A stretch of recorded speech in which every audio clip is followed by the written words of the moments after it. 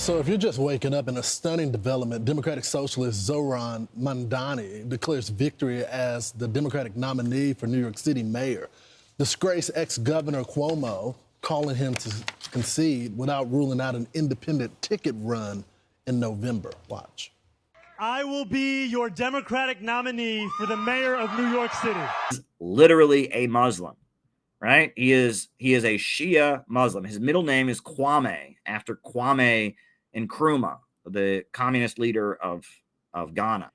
He's anti-Israel. He calls himself a socialist. This guy doesn't have to say a word. This guy just existing. You could show a picture of this, go up to the Central Park area, the neighborhood, by Central Park West, where Trump Tower is, and just, go into one of the rich apartment buildings with a picture of him, and they would all go, ah, ah! They would, all these wealthy Zionists, all these wealthy, real estate owners, they would just look at that guy, ah! It would be like, it would be like, like the cross to the vampire, if you all watch the old vampire movies, and, they hold up a cross in the face of Dracula, and he goes, it would be like that. Just this guy, he doesn't have to do anything. He doesn't have to say anything. This guy, he makes them shit their pants. And it's where the mayor will use their power to reject Donald Trump's fascism.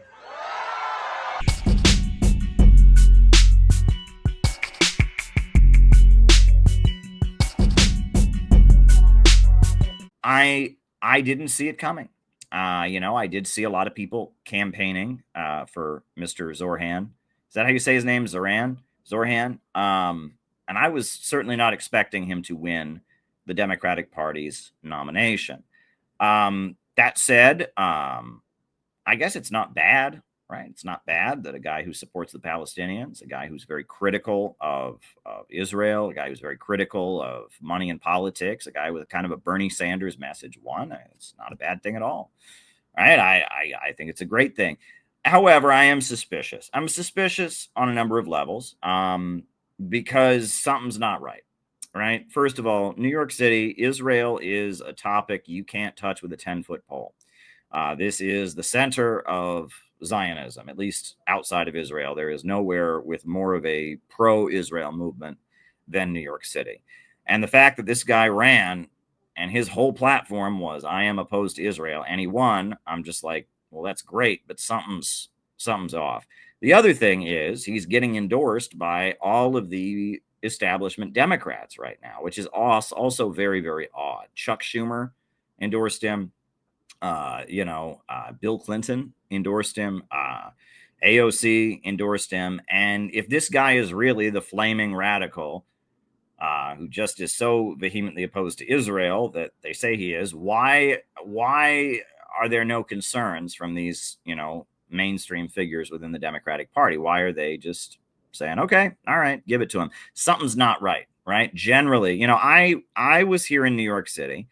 One of the only election campaigns I participated in New York City, right? Because I work in the press now and stuff, you can't really campaign for anybody. But before I worked in the press, I campaigned for Charles Barron. Charles Barron, who was a member of the New York City Council, was a Democrat, and he was a personal friend of Muammar Gaddafi, a personal friend of Robert Mugabe, the leader of Zimbabwe, a black nationalist, and he called himself an elected revolutionary. He had a picture of Lenin in his office, and he ran for the U.S. Congress. When he ran for the U.S. Congress, they pulled out all the stops to make sure that he did not get the Democratic Party nomination. Barack Obama had a robocall. They had posters all over the city with pictures of Stalin and Mao and Gaddafi, and they said, what do all these dictators have in common? Charles Barron supports them. And even though Charles Barron has a huge amount of support in his district in East New York, and even though he's been in the New York City Council for years, and he has a very big network of people who supported him, they made sure that Charles Barron lost the election because he was so notoriously anti-Israel, so anti-imperialist, so much, So, you know, the fact that this guy, this Zohran guy, who I've never heard of, I guess he's in the New York State Assembly, the fact that he is now just kind of being accepted as the Democratic Party's nominee for mayor of New York City, I'm a bit taken aback by this.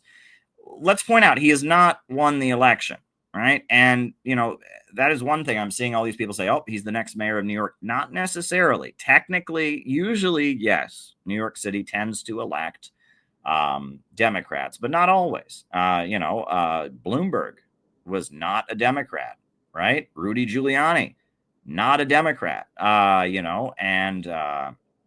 lately we have had mainly Democratic Party mayors. Bill de Blasio, Democrat, and Eric Adams, even though he's really a Republican, he's basically a Trump supporter because of the New York City political setup, because the Democratic Party kind of runs New York. Eric Adams is technically a Democrat, right? He is the NYPD candidate. The first thing he did when he got into office was lift the lockdowns, immediately lifted all the lockdowns and all the restrictions. Then Trump, and then Biden tried to throw him in jail and Donald Trump pardoned him. So for all intents and purposes, our current mayor, Eric Adams, is a Republican. He's in the Trump camp. Biden tried to throw him in jail. He got the NYPD endorsement. He's a police officer himself. He's all about the thin blue line and Blue Lives Matter and all of that, but he is technically our mayor. He's technically a Democrat as he's our mayor because that's kind of how things work, right? In New York City, there is a political machine that is very old and is very powerful. It's called Tammany Hall. And actually, the building that it's named after, Tammany Hall, no longer exists. But there used to be a building called Tammany Hall that was like a private club that was where the New York City Democrat Party was headquartered. And it was notoriously corrupt. I think one of the founders was a guy they called Boss Tweed. And the Democratic Party runs New York City, so much so that back in the 1930s, we had kind of a socialistic or social democrat mayor, LaGuardia. That's who LaGuardia Airport's named after, Mayor LaGuardia. And Mayor LaGuardia was a Republican. He was a Roosevelt supporter, and he was basically a socialist. He called himself a socialist. He was very sympathetic to social democratic causes, but he was a Republican because he was at odds with the Tammany Hall machine. There was a guy who was very close to the Communist Party that was in the House of Representatives here in New York City during the 1930s and up into the 40s. That guy's name was Vito Marcantonio.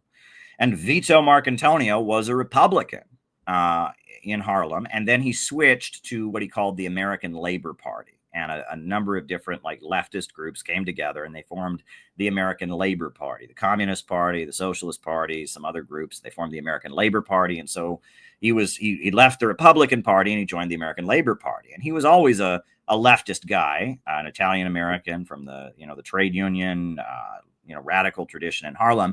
But because he was not part of the political machine here in New York, he was a Republican until he became, with the American Labor Party. So New York City politics is very weird. In New York City, the main entity that is Republican aligned is the New York City Police Department, the NYPD, right? NYPD, again, Eric Adams, police officer, Eric Adams, Democrat, but he's basically a Republican and he's the NYPD's candidate. Bill de Blasio, he spoke at a police officer's funeral and all the cops turned their back on him because Bill de Blasio had gone to Black Lives Matter rallies. And the New York Post, all right, there's two daily newspapers, two daily tabloids, they call them, right? You have the New York Times, but that's for snobs. I cannot read the New York Times. It is just unreadable. Everyone who writes for the New York Times is so busy trying to convince you what a good writer they are. They don't get the message across. But there are two daily tabloids in New York City.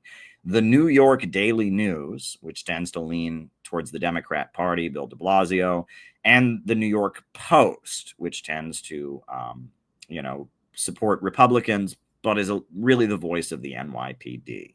And a lot of times the New York Post is endorsing Democrats in New York City they're just Democrats that are aligned with the NYPD. New York City politics is kind of weird like that. So The big thing that's been going on in New York City for a long time, I shouldn't say for a long time, but really since the 80s, is that there's been a kind of a push and pull between New York City as an important international city, as the home of Wall Street, the home of the United Nations, and New York City as a city with a lot of prosperous business owners and a local economy, right? And that's been the push and pull. The Democrats in New York City and the Democratic Party, often is the party of kind of serving New York City's international purpose. However, that's why when Rudy Giuliani came into office, he was aligned with the NYPD. He was a Republican mayor, and he was very much fighting for the small business owners. He was not thinking of New York City as an international city that plays an international role. He was thinking of New York City as a city where hotel owners and restaurant owners and real estate companies can make a lot of money. And that's kind of the push and pull between like the local capitalists, the local business owners, etc., that tend to be conservative, that tend to be very pro-police and pro-NYPD, and tend to be really pro-Israel, and not just pro-Israel, because everyone's pro-Israel in New York City for the most part. I mean, everyone in the political establishment. That's why this Democrat primary in New York doesn't really make any sense. But everyone is pro-Israel, but there's the hard Israeli right wing, right? And a lot of the real estate owners in Brooklyn and all that are Netanyahu supporters, Likudniks, they call them, supporters of the right-wing party in Israel. And, Trump comes out of that milieu. Rudy Giuliani was his lawyer. Donald Trump's a big real estate owner. And that's why Donald Trump and Netanyahu seem to be so close. That's why Donald Trump, very much, was supporting Eric Adams, supporting the NYPD. Donald Trump is part of that kind of local capitalist business owner coalition in New York City that kind of does not appreciate New York City having to serve a global purpose, having to be the home to a bunch of corporations, having to be the home of the United Nations, et cetera, right? And Rudy Giuliani is very famous for the fact that they always say he cleaned up New York. I don't know how you want to put it. I mean, cleaned up, I don't know if I would use those words, but he made New York City much more attractive to tourists. And that's what he did. One thing is that Times Square used to be full of pornography. I mean, Times Square was a center of prostitution. Times Square was basically porno movie theaters where you could go watch porn adult films and all of this. And, Rudy Giuliani Disney-fied Times Square, right? And he basically made it so there's no adult porn in Times Square itself. They have Disney characters. Any woman that was there trying to solicit prostitution was immediately arrested. And Rudy Giuliani also made it very, very difficult for homeless people to be in that area. There still are plenty, especially since the pandemic. There's been a lot more, but he did things like the benches. You can't, sleep on them because they have dividers between where you sit. Things like that. That was Rudy Giuliani. Another thing that Rudy Giuliani did was he cracked down on the gay scene in New York City. New York City was, San Francisco is where gay people used to go on the West Coast, and gay people used to come to New York City. Greenwich Village was kind of the center of the gay movement in America. That's where the Stonewall riots happened. That's where, that's New York City. It used to be that New York City, Manhattan was full of what they called bathhouses, which were, just these places where gay men would go and have sex with other gay men. Those places were outlawed by Rudy Giuliani. That's illegal now. You cannot have one in New York City. And it's interesting because you say, well, I mean, it's not like the place is technically listed as that. But somehow, if someone tries to set up a gay bathhouse in New York City, the NYPD finds it and it's shut down. And that was also, that was the AIDS crisis was a big problem with those bathhouses, et cetera. And so, since the 90s, Rudy Giuliani was he was fighting for the small business owners who wanted to make money off of tourists. And Rudy Giuliani also spent a lot of money from the New York City public budget to advertise coming to New York, arranged for a lot of movies to be filmed here.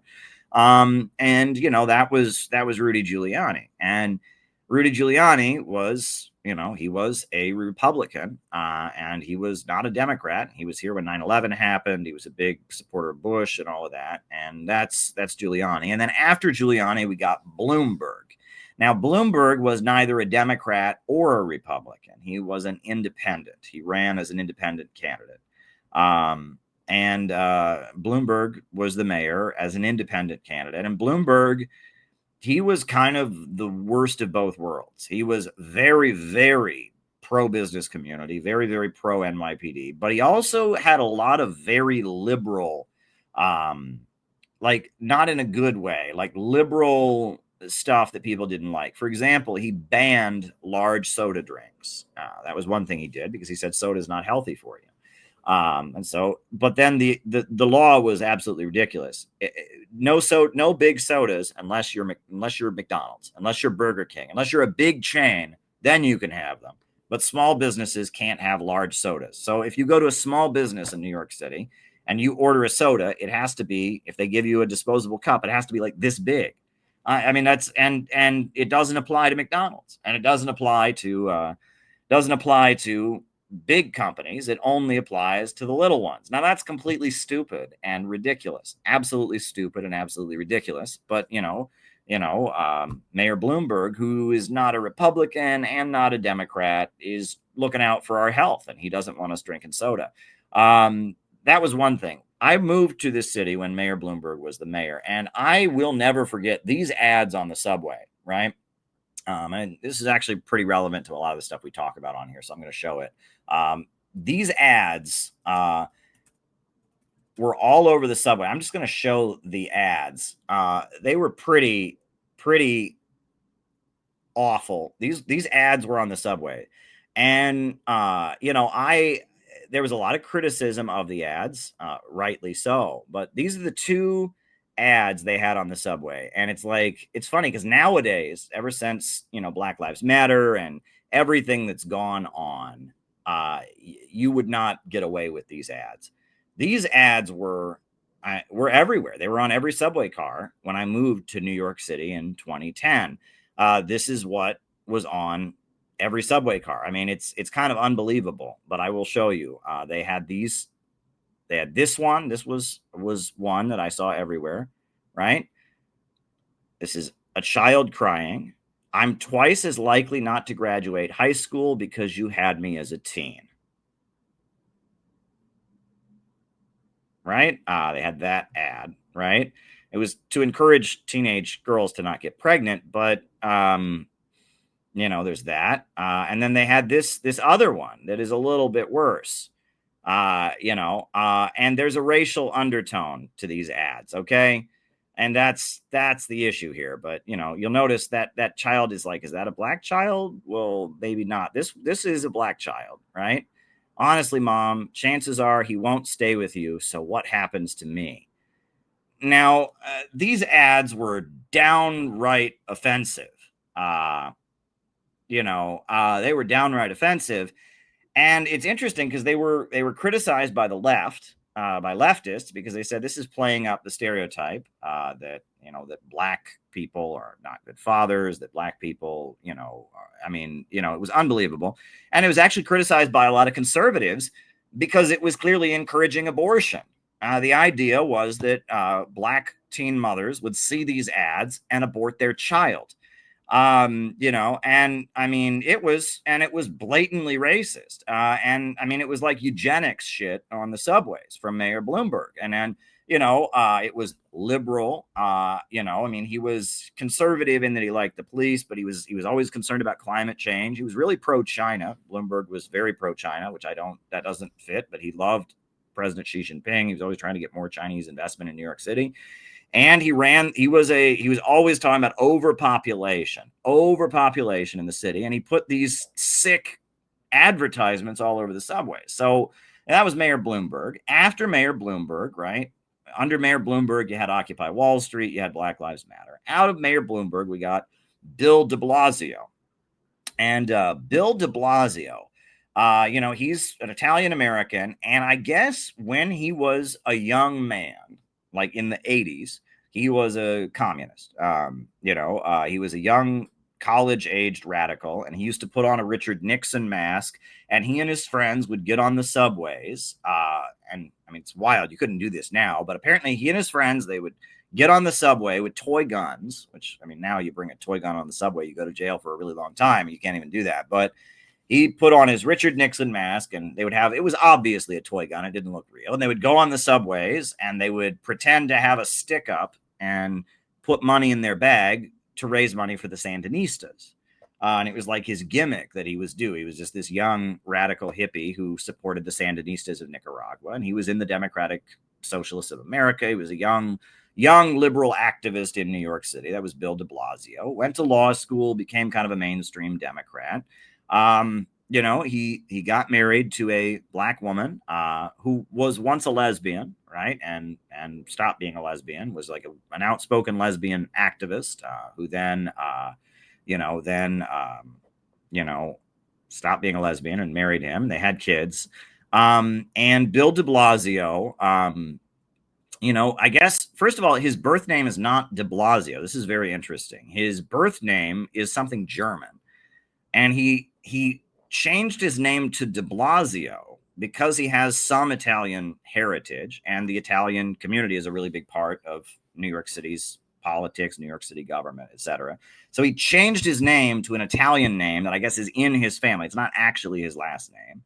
And he said it was because, I guess he didn't get along with his father or something. So he changed his name to an Italian last name, married a black woman who was formerly a lesbian. And so then he was like a liberal activist. And I remember it was about 2014 in New York City. They kept doing the labor unions here. They were doing these, they called them fast food strikes, but they weren't. They would make it sound like the fast food workers of New York City are going to go on strike demanding $15 an hour. And they wouldn't. Like, it was not. It was just a publicity stunt. And the labor unions would set up a big stage in front of a McDonald's or a Starbucks, and they would announce there's going to be a fast food strike. And the fast food workers in the McDonald's would have never heard about this, would know nothing about it. And they'd have 2 or 3 like token fast food workers who would give the interviews to the press. And all the Democrats in the world would give speeches to crowds of labor union guys in their union jackets, holding up signs that said $15 an hour. And it was like a publicity stunt that they did, it was like the Democrats are fighting for $15 an hour. They weren't. They were just having rallies and calling them strikes. And Bill de Blasio made a point of symbolically getting arrested at one of these fast food strikes that were not really strikes, that were just kind of like rallies the Democrats did. And Bill de Blasio became our mayor. And he was like a, liberal activist. I don't know quite what to say about it. He was like a liberal activist mayor, he had these ads. And I remember when the ads were on television. I don't watch much TV, but you couldn't not see this ad. It was on TV like 24 hours a day. You would see this ad. You could not watch TV in New York City without seeing this ad. And it was Bill de Blasio saying, I love my son. My son is really, really amazing. And then it would cut to his son. He would say, Bill de Blasio is a good candidate, blah, blah, blah, blah, blah. And I would vote for him, even if he wasn't my dad. And then it would cut to the two of them like walking down the street, holding hands together. His like African-American son, who's like, 12 or whatever. And they'd be walking down the street, and it was like in slow motion. And I saw this ad and I thought, oh my goodness, this is the sappiest, corniest thing I've ever seen. And I thought this is also, he's tokenizing his son, right? He's basically saying to the world, I have a black child, vote for me. That's basically what he was doing, right? He's white, but he has a black child. So if you're black, you better vote for him. I mean, it was like he was tokenizing his son, and it was sappy and hokey. They're walking in like slow motion. It's my dad. People loved it. People loved it. I saw the ad. I thought he's dead. He's dead in the water. This is going to be a Saturday Night Live sketch. This is the end of this guy's political career. Like, he's never going to live this down. You know, people are going to make fun of this until the end of time, right? I mean, you know, but that was not the case. Bill de Blasio's ad, it actually became a thing that, you know, if you want to become mayor of New York City, you need to have a 10-year-old son with an afro. Everyone loved it. The mainstream media, everyone, oh wow, it's, you know, such a touching thing. He loves his black son. You know, he's concerned about racism and police brutality, and that's how we got Bill de Blasio. And Bill de Blasio became our mayor. And that goes to show you, you know, you don't always know, you know what I mean? It's, it's complicated. You don't always know what's going on, right? I assumed that an ad like that was cringe, was racially offensive, but nope, not at all. He got elected. And Bill de Blasio was our mayor. And then the pandemic happened, and the pandemic just destroyed New York City. I mean, in terms of property values, in terms of the homeless crisis, in terms of the crime rate, things were really, really bad. And during the whole Black Lives Matter uprising during the pandemic, the NYPD got really, really angry. And they had a lot of press conferences, and they were really, really angry. And then they did pass a federal law that all federal employees have to be vaccinated. And if you're a federal employee and you're not vaccinated, you know, you're fired or whatever. And a whole lot of firemen and a whole lot of police officers and others didn't want to get vaccinated and lost their jobs. And then, Eric Adams ran for mayor and won the Democratic primary. He's a police officer, former police officer, who is African-American. And he came into office, and when he came in, he lifted all the vaccine requirements, all the restrictions, and that's our current mayor, Eric Adams. Eric Adams is the mayor, and randomly, Joe Biden had the feds arrest Eric Adams and raid his home, alleging, this is so interesting, alleging that he was being paid by Turkey, of all people. Turkey?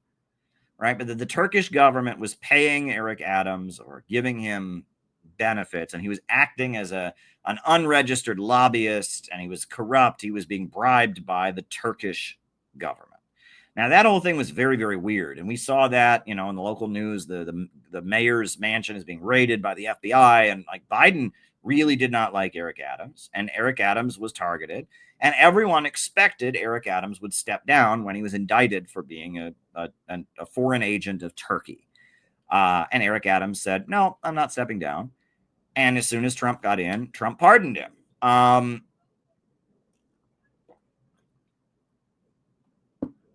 And that was one thing that the Biden administration was doing, was they were abusing this law, the Foreign Agents Registration Act. Right, this law was passed in 1938. And it was passed by Roosevelt. And it was basically because the Nazis had a lot of money in American politics. And it was kind of a threat, right? That the USA was getting ready for World War II. The Axis powers were doing a lot of, trying to buy off people and stuff. And so it was basically a threat on the Axis powers. And the way that, the way the law worked is that FBI agents, they would actually tell them, don't worry about this. We don't even enforce this law. It's just, we don't even pay attention to it. It's one of the most vague laws ever written. It doesn't define what lobbying is, right? It doesn't say what it means to be a lobbyist. And it basically just says that if you're being, if you're being paid by somebody to engage in lobbying, you have to register with the Department of Justice, and you have to pay them a whole bunch of money. You basically have to pay the salary of a couple FBI agents who watch you. And it's not enforced generally. There's all kinds of people. There's a huge, lobbying, what do they call it? There's a huge lobbying apparatus in Washington, D.C. The American-Israeli Political Action Committee is not registered. All kinds of foreign people with ties in business and all that are not there. And there's actually an exception written into the law for media that says it doesn't apply to media companies. However, under Trump, actually, they invoked it against RT. Even though RT is a media company, even though law has a specific part that says it doesn't apply to media companies, they forced RT to register. And then after that, after they forced RT to register, Trump left office, and then under Biden, they went crazy, and they raided the homes. They flew drones into the homes of the Uhuru movement and dragged them into court. We were heavily involved in the defense of the Uhuru movement as they went to trial in federal court. They raided the home of Scott Ritter. But they also invoked it against Eric Adams and indicted Eric Adams, and then Trump got rid of that. But they indicted Eric Adams for allegedly being an agent of Turkey. They indicted Sue Mi Terry, who is a Korean, like anti-North Korean propagandist, basically a Korean American who is was an advisor to Bush, was an advisor to Obama. They alleged that people from the South Korean government had bought her some expensive handbags at fancy stores, that she was an unregistered agent of South Korea, right? I mean, it was absolutely crazy, absolutely crazy. Biden was using this obscure law, the Foreign Agents Registration Act, against everybody, basically. I mean, it was just constantly used against all kinds. And so then now Trump has been elected. And one of the first statements that Pam Bondi made is she said, from now on, the Foreign Agents Registration Act will only be used against non-citizens of the United States. And it will only be used in cases of clear espionage, spying. It's not going to be used, to allege someone's a lobbyist. Someone's, the Uhuru trial, they were not convicted under the Foreign Agents Registration Act. They were convicted of conspiracy, which makes no sense, because if you rule that what they did was not a crime, conspiring to do it is also not a crime. So that doesn't make any sense, right? One could conspire to murder somebody and fail, but if you say that, it wasn't a crime for them to do their political organizing, it was not acting as a foreign agent, how can conspiring to do what they did be that? And, they have launched an appeal, the Uhuru case. I know they had an important call and press conference about it. I'm actually hoping to get details soon. And, the Foreign Agents Registration Act needs to be abolished. That's what I said in front of the federal court in Florida. I was there in front of the federal courts, and those were my words, at the federal court. After the verdict came in for Uhuru, I said the next stage is we have to abolish the Foreign Agents Registration Act. Here, I'll put that on the screen. Why not? Right. I'll put that on because that's important. But after the verdict came in, those were my words in front of the federal courthouse. I said, the next step is we've got to now abolish the Foreign Agents Registration Act. I was very relieved that they received no prison time, no jail time, no fine. I was very, very relieved and happy with that. And now then I said the next stage is we got to overturn this unconstitutional law that they use to go after advocates of peace. And they basically can use it against anybody. It's so vaguely written. There's no clear definition of what foreign lobbying is, right? They can use it to send the FBI after anybody. These were my remarks at the courthouse. On behalf of the Center for Political Innovation, I would like to just give and express our deep admiration for the three defendants and what they put up with, what they struggled, how they endured. I also want to say that the Foreign Agents Registration Act, an absurd piece of legislation, was the basis of this prosecution. And that piece of legislation needs to be overturned. The Foreign Agents Registration Act is a threat to all Americans who advocate peace. It essentially criminalizes being friendly to other countries, and that piece of legislation needs to be overturned. That law is a threat on all Americans who advocate peace. We were honored as the Center for Political Innovation to raise this case at the United Nations, to raise this case at the World Youth Festival in Russia, and we will continue to raise this case. A full pardon needs to be granted to the Uhuru Three, because Donald Trump saw how that legislation could be weaponized against his own supporters as well. So Donald Trump needs to give a full pardon to the Uhuru Three when he takes office. Thank you very much. Yeah. Yeah, it was an honor to be able to address the press outside the Tampa federal courthouse and to be a valued and trusted ally of the Uhuru movement. And shout out to John McCarthy, who worked, tirelessly as the liaison between the Center for Political Innovation and the Uhuru movement, during that whole case, and continues to do so. And we plan to honor the Uhuru movement at our upcoming conference because they fought for our rights in the courtroom. If they'd been able to use their trial to set a precedent to make it illegal to be an activist, that would have been open season on all of us. And they raided Scott Ritter's home. In the lead up to the Uhuru trial, Scott Ritter, the great anti-imperialist, had his home raided by the FBI, with FARA being the motivation. And the Foreign Agents Registration Act needs to be overturned. But anyhow, I guess this is all. I'm giving you kind of a history of recent history in politics in New York City. And this is a roundabout way for me saying I do not know what to make of the fact that this guy won the Democratic primary. I'm very surprised, and something's off. All right. And my attitude is that we should be optimistic, right? I don't want to come out swinging against this guy because right now he's saying things that I agree with. Sounds like people voted for him because he said things that I agree with. So I'm going to give him a chance, right? And that's my attitude. We're a little bit, the podcast world is a little bit too negative, and who knows? There could be a chance this guy gets in there and does great things, and that would be great. I have a couple concerns, though, and the reason that I'm not just going woohoo, he won, is because I've been in politics. I've been in these circles in New York City, and something's not right here. First thing that is not right is that all these Democrats endorsed him. Democrats who absolutely hate anti-Israel, any criticism of Israel. I mean, Bill Clinton's a huge supporter of Israel. Chuck Schumer, that guy was against the Iran nuclear deal, voted against, and he's endorsing him. That doesn't make any sense. The other thing that doesn't make any sense is I have been in leftist circles in New York City for a long time, and the Democratic Socialists of America and all of that.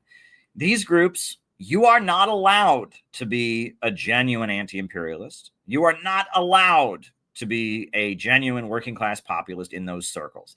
If you are, they can smell you a mile away, and they will label you an anti-Semite. They will label you a neo-Nazi. They will label you a white supremacist. If you are genuinely fighting for the majority, the working class majority, they hate you. If you are friendly, if you're not making the dividing line LGBT, they hate you. So I don't understand, right? And also, this guy is a Shia Muslim. So if he's really a genuinely Shia Muslim, right? Why are they not canceling him for being anti-LGBT? I can guarantee you there is no Shia Muslims in New York City, no Shia Muslim institution that is for gay marriage or for the transgender thing. They might be for trans in the way that Iran is for trans, but Shia Muslims don't believe in gay marriage. They don't believe in homosexuality, and they don't believe in abortion. They don't believe that abortion is a good thing. Now, he apparently is pro-choice, and he spoke at a trans rights rally, apparently. But if he's an active Shia Muslim, I can assure you that he attends a Shia mosque that is not in agreement with him on those two issues, and the left would cancel him for that, right? And something's not right. All right. Why has he not been canceled? Right. Why is he being allowed? And why would AOC be able to endorse him? Let's remember, I'll just tell you what happened. Sunsara Taylor of the Revolutionary Communist Party, right? She and AOC, they had a pro-choice rally after Roe versus Wade was overturned. And after that, Sunsara Taylor got canceled like you wouldn't believe. There were hit pieces in The Intercept. There were hit pieces in the Daily Beast. There were hit pieces everywhere about, watch out for Sunsara Taylor. She follows the Revolutionary Communist Party. She follows Bob Avakian. It's a cult. And it was like, and Sunsara wasn't even running for office. Sunsara she's just a pro-choice activist who's a communist. And after Roe versus Wade was overturned, AOC had a rally with Sarah Taylor, and the media went into overdrive about how, oh my God, Sarah Taylor is a bad person. She's a Maoist communist. The RCP is homophobic. The RCP is a cult. And that just wasn't allowed. And, Sarah Taylor wasn't running for office. So why this guy, we're supposed to believe that this guy is a Shia Muslim who is pro-Palestine, anti-Israel, has a Bernie Sanders platform, and he just slipped through? Something's not right. Okay? And I hate to say that, but there's something going on here that the other shoe hasn't fallen. And I have a feeling something's going to happen before November. I mean, it could happen. Never say never. I don't think this guy is going to take office. I will say this, though. There's kind of a, in the Democrat Party in New York City. So I told you, you've got that axis that Trump comes out of, the small business owners, the real estate companies, a lot of which are literally Israeli, like they're incorporated in Israel. It's not that they're Jews, like it's Israeli. I'm not being anti-Semitic, right? Someone once said I was anti-Semitic for saying, oh, the Israeli real estate companies. No, they're literally Israeli. It's not about them being Jews. They're literally Israeli. The real estate companies, Rudy Giuliani, small business owners, those people, the NYPD, they hate Muslims. They think the Democratic Party are all a bunch of communists. And they are super pro-Israel and all of that. And those folks have a lot of power and influence. And sometimes they're in the Democratic Party. A lot of them probably voted for Eric Adams. But when it comes to national elections, they tend to vote for Trump, etc. Then you have the New York City political machine, right? Which is the cops, the firemen, the city officials, sanitation workers, labor unions, right? Every government employee in New York City is in some kind of labor union. And that's the Democratic Party. And that's more solidly the Democratic Party because it's labor unions, government employees. And it's very corrupt and nepotistic. And that's what Andrew Cuomo comes out of, right? And they're handing out the goods. And there's ethnic associations are very, very important in this sphere. This is the old Tammany Hall political machine, right? You'll notice when Andrew Cuomo was governor, right? During the whole, Black Lives Matter uprising, they were tearing down every racist statue you ever heard of. But there were NYPD all around Columbus Circle, and nobody touched Columbus Circle, right? And Christopher Columbus's statue is still up on 59th Street in Columbus Circle in New York. Christopher Columbus may have killed a lot of indigenous people, but Governor Andrew Cuomo and Mayor Bill de Blasio, and they had obligations to some kind of Italian ethnic association, and Christopher Columbus's statue was staying up, and it's still up, right? And there's something there. There's some corrupt New York City politics there where, the woke people could tear down every statue and they could do everything. But they were not going to touch Christopher Columbus. And, that's kind of Joe Biden comes out of these circles in Delaware. And, that's the urban political machines of the Democratic Party. Now, there's a third layer.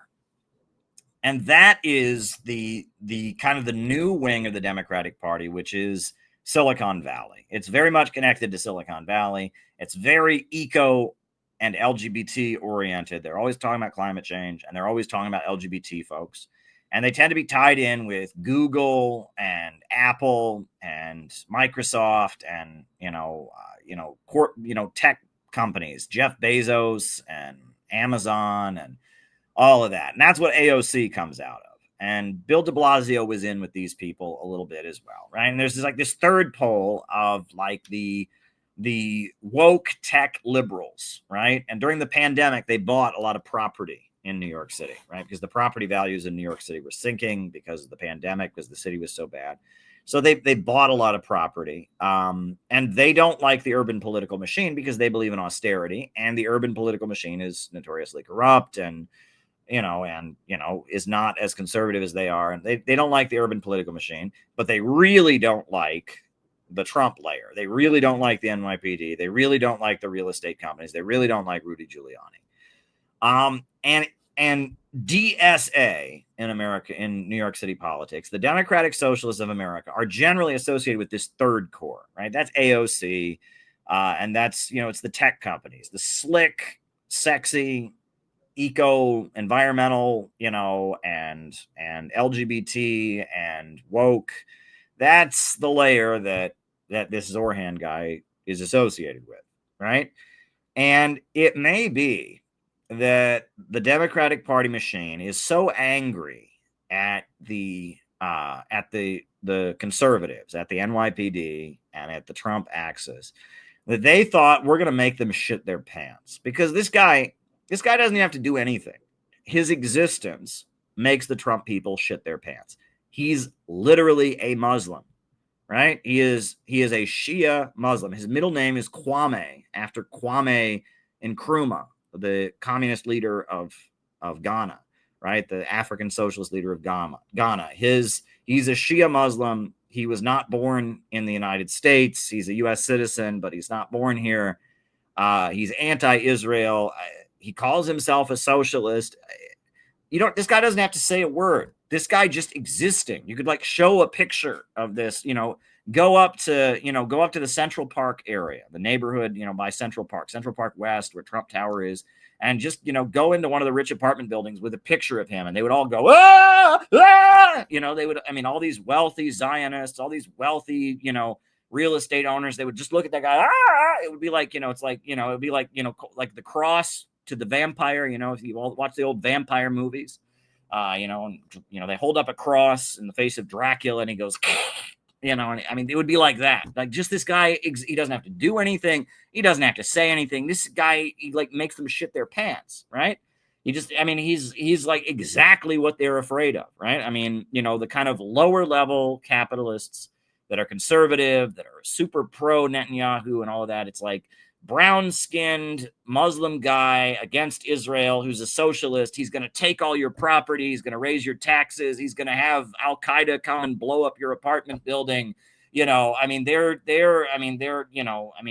guy is like he's like their worst nightmare incarnated. And I'm not saying he's going to do all of those things, obviously, but that's what they immediately think of. One time I was protesting. I was at a demonstration in Central Park, right? And it was during the whole Black Lives Matter uprising. And there was a sign someone had about racial profiling. And the rally was over, and we're walking by, and one of these rich motherfuckers who lives in the, in one of these Central Park apartment buildings where it costs like $1 million or whatever, walks out of his apartment, and he sees a sign about racial profiling. And the guy, it's like, he clearly just lives under a rock. He's not even thinking about Black Lives Matter. He's not thinking about, Eric Garner or the NYPD. The guy immediately shouts, "No racial profiling. Every single terrorist is a Muslim." And he's like having a meltdown, screaming, because this woman has a sign that says "End racial profiling." He's like, "The Muslims, they want to kill us all. Don't you know what? I've actually read the Quran. They want to kill us." And he's just having a meltdown about this sign that says "End racial profiling." And the woman he's yelling at is Latino. She's not an Arab. She's not black.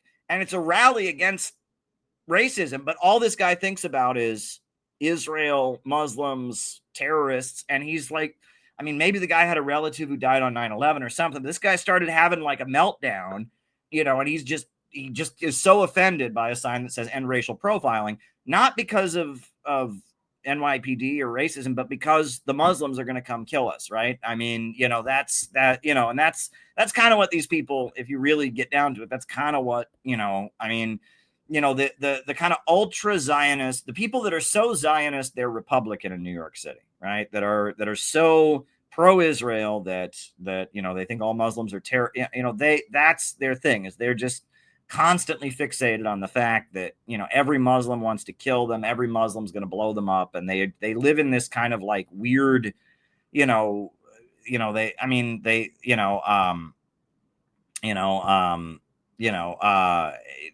I don't know, it's hard to explain, but they're just, it's like, that's all they're thinking about is how much they hate Muslims, et cetera. So this guy being the Democrat nominee, for mayor, these people have got to be like, these people are like moving out of this. Then I guess they have been tweeting about how they're going to move out of the city.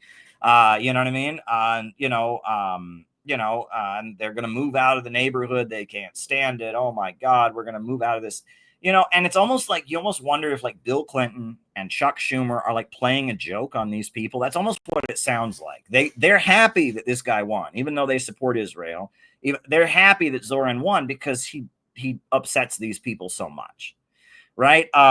So I wonder if they're going to somehow make sure he doesn't win the election, but they're just really having fun torturing the Trumpers of New York City, torturing the Central Park West millionaires, torturing the Zionist real estate owners and stuff. You almost wonder if this is some kind of elaborate joke. That's kind of what it looks like to me. I hate to say that. It's like this almost looks like they're just sitting there and Chuck Schumer is just cracking up at all of this, right? And I mean, you have to wonder if there's a room where like a bunch of these like pro-Israel corrupt Democrats are sitting in a room right now, right, at like a house party celebrating the Democratic primary. They're sitting there smoking their cigars, and Zohran's up there, and they're like, "Hey, Zohran, tell us about the Islamic Jihad for the Prophet." And Zohran starts talking about, about the righteous fight of the Palestinians against Israel, and they're all cracking up. Oh, wow, that'll scare them. And it's almost like you get the impression that the corrupt New York City machine is like playing a joke on the Trumpers of New York City. But maybe it's not just a joke, it's kind of a threat, right? Trump, we all know, has been friendly to some elements that that the US political establishment doesn't like, because he's at odds with many people in his own class. And you have to wonder if this is like a threat. If they're saying the Democratic Party of New York City, the Democrat machine, is saying to Trump, look, you want to play hardball? We can make a Muslim socialist who's named after Kwame Nkrumah. We can make him mayor of New York City. You think we won't play hardball, Donald? Right? We burned a bunch of buildings during Black Lives Matter spring, right? We threw a bunch of your supporters in jail. We can play this game. You want to play tough, Trump? Oh yeah, you got some neo-Nazis on your side. You got QAnon, right? You got the Oath Keepers. Well, we got Zohran, right? We got Zohran. What are you going to do about that, right? You want to have a Muslim communist be the mayor of New York City? We can do that. You think we won't play hardball? It's almost like they're doing that, right? It's like a threat. It's like, look how, you want to play hardball with us? We can play hardball. But I've got to say, why, if Zohran was really a threat to the New York City establishment, I feel like he would be getting the Charles Barron treatment. He would be getting the Sansara Taylor treatment. He would be, we would be hearing, and maybe he will as the election gets close. I don't know what's going to happen. Honestly, I am perplexed by the whole thing, right? I did vote in New York City. Not going to tell you how I voted. But we'll see. I was very surprised by the results, and it's good. Right. It's good. I'm not going to like throw a party and announce that the revolution has happened and something's off. Right. And George Galloway retweeted me. I said on Twitter basically everything I just said now. And George Galloway, he saw my tweet and retweeted it because he gets it. Right. Something's off. So that's my take on the New York City election. There's something that just doesn't completely add up about this, right? But I'm open to it, and give him a chance. I gave AOC a chance, right? I am photographed with AOC. I met AOC before she was AOC, when everyone was calling her Ocasio, right? Everyone's like, oh, there's this woman Ocasio who's running. She wasn't even AOC yet, and I met her before she won the Democrat primary in Queens. I met her. She seemed like a nice person, and I really gave her a chance because I don't think it's right to just condemn everybody. I gave Trump a chance, right? My attitude is that we should see any elected official, especially one who comes in with kind of an upsurge, who comes in kind of condemning and speaking in ways that are against the establishment. We should see them as a potential ally, right? We're not in this. This isn't a moral contest. We got to get past all this moralizing. It's about getting shit done. It's about winning. And look, maybe this guy, maybe this guy as the November election gets closer, maybe it was a joke. Maybe it was a fluke. But it looks like he's still going to be the Democrat nominee. And maybe this guy will be able to create a mass movement, and whatever plan they have for a third-party candidate it won't work. And this guy will get into office and be at odds with his own class. It's possible. This guy, who knows? Maybe, this guy could get in and actually be a Bonapartist and actually oppose Israel and create all kinds of progressive economic reforms in New York City. That would be great. And I don't want to announce to the world that that's not going to happen and just, get everyone to be pessimistic. Who knows? Who the hell knows, right? We don't know. It's good that he won, and it shows, at least, hey, just the fact that he won shows there's a public record now that all kinds of people, that millions of people in this city don't support Israel and voted for a guy who's against Israel. There's a public record that millions of people in this city want progressive economic reforms like healthcare and jobs. And, that's not bad.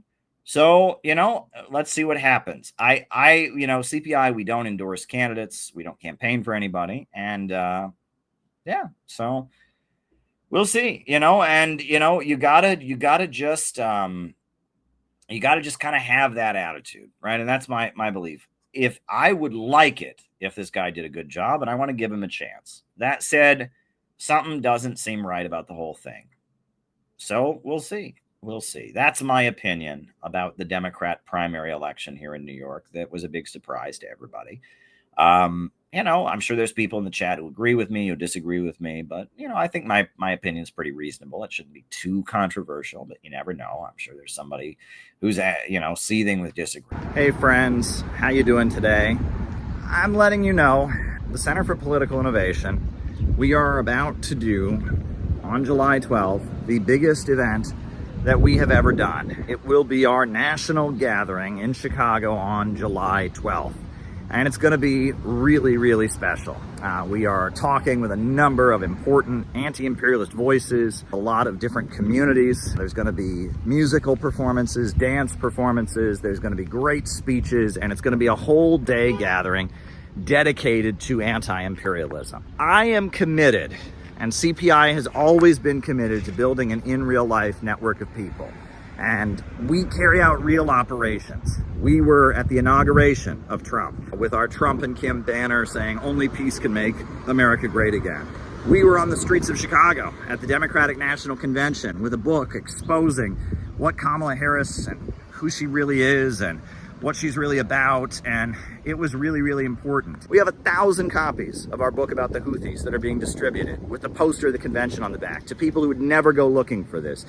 We are putting door hanger flyers on doors of people, again, that would never go looking for this. We're not performing and trying to make ourselves feel good. We're actually trying to build a network of people that can be anti-imperialists in America. And it's not easy to do. It's very difficult in these times to build a real in-life organization. People have their issues. We live in a very strange time, but we have to do it. And we are committed to continuing this project. This video is basically me telling you we need your support. In order to pull off our convention that includes our 7-day program for our members around the country to come to Chicago, includes our huge convention on July 12th, where we're gonna fill up the Midwest Convention Center, in order to have an effective national planning meeting and gathering in Chicago the day after on July 13th. In order to do what we need to do, we need to fill up that auditorium and we need money. And there's really no way around that. We need you to donate to the Center for Political Innovation. We have set up a GoFundMe, and a lot of people have already contributed. We already raised a couple $1,000, but it's not enough.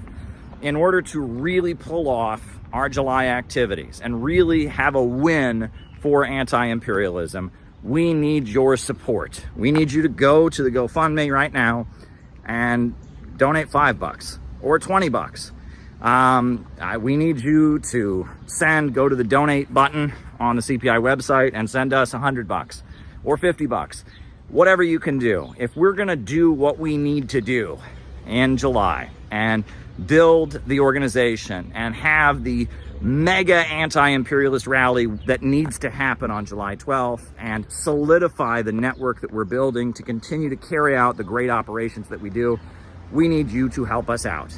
Every cent that we raise goes into building this group. I'm lucky I have a paycheck with everything that's going on. I'm surviving, and I have consistently put a huge amount of the money that I have, my own resources, my own funds, into CPI because I believe in it, because it needs to happen, because this organization is necessary. I'm looking at what I've got and my own resources and my own bills and all of that, and I'm looking at what's already been paid for, and it's not enough. I mean, it's just not enough. I can't just pay for everything myself. We have membership dues and other things, but we need a special gift. We need a special gift to make July happen. We need you to give us a special contribution so that we can make sure the July events go smoothly, that the housing for the people coming in out of town is covered, that the speakers that are being flown in, their airfare is properly covered. We need you to make a special one-time gift to make this July gathering, this anti-imperialist summit that we are organizing. We need you to help us make it happen and help us make it a success. Small gift, big gift, whatever you can do. We need you to help us with it. But you know what? I'll just say this. If it's a matter of send us a gift or come, we'd rather you come. We'd rather you be there. It's much more important that you be there on July 12th. If you can't afford to give us a gift, but you can afford to come to town, if there's one event that you come to this year, make it July 12th. CPI, Center for Political Innovation, we're doing something that nobody else is doing, and we're doing it right. We're not doing it in a way that we're trying to win the internet. We're not doing it in a way that we're trying to make ourselves feel special or act like we're cool. We're building what needs to be built. We are building the real connections. And if you can understand why what we're doing is so important, if you can understand why anti-imperialism is the future, but we have to break out of the narrow niche circles and internet culture and get to the masses of people with real outreach.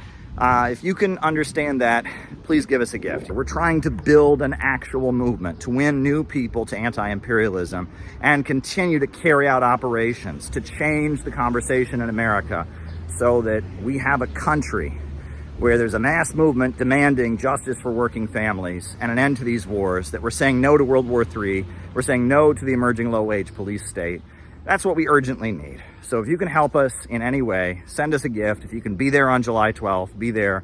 This is the biggest endeavor CPI has ever done, and it's going to lead to even bigger things. We don't back down. We don't go away. If we were going to back down, we would have done it a long time ago. And if we were one of their plants or one of these fake anti-imperialists, they would be making it a lot easier for us. We have been facing a lot of challenges, but we continue to achieve great victories. So we need your support. Please send us a contribution. Please be there on July 12th at the Midwest Convention Center in the Chicago area. It's right near the O'Hare Airport. It's going to be awesome. We need you there. Thank you.